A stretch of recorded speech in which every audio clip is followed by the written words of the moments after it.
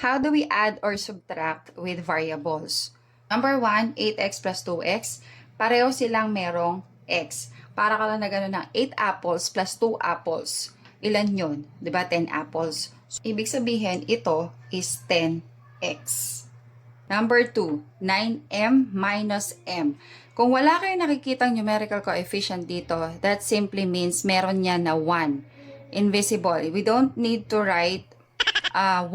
Pero kung may nakikita kayo na may 1 dyan, wala naman problema doon. Since pareho silang m and pareho silang exponent is only 1, pwede mo silang i-subtract. So, 9m minus m or 1m is 8m. Kung nahihirapan, ang ano ko dyan is para ka nag-add apples. So, 9m or 9 apples minus an apple is 8 apples.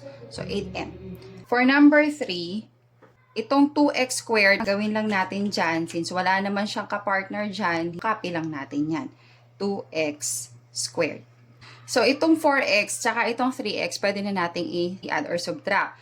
Ang sign ng 3x, na bago dumating yung numerical coefficient is negative. So, ibig sabihin, magsusubtract ka dyan. 4x minus 3x is 1x or simply x. Tapos na.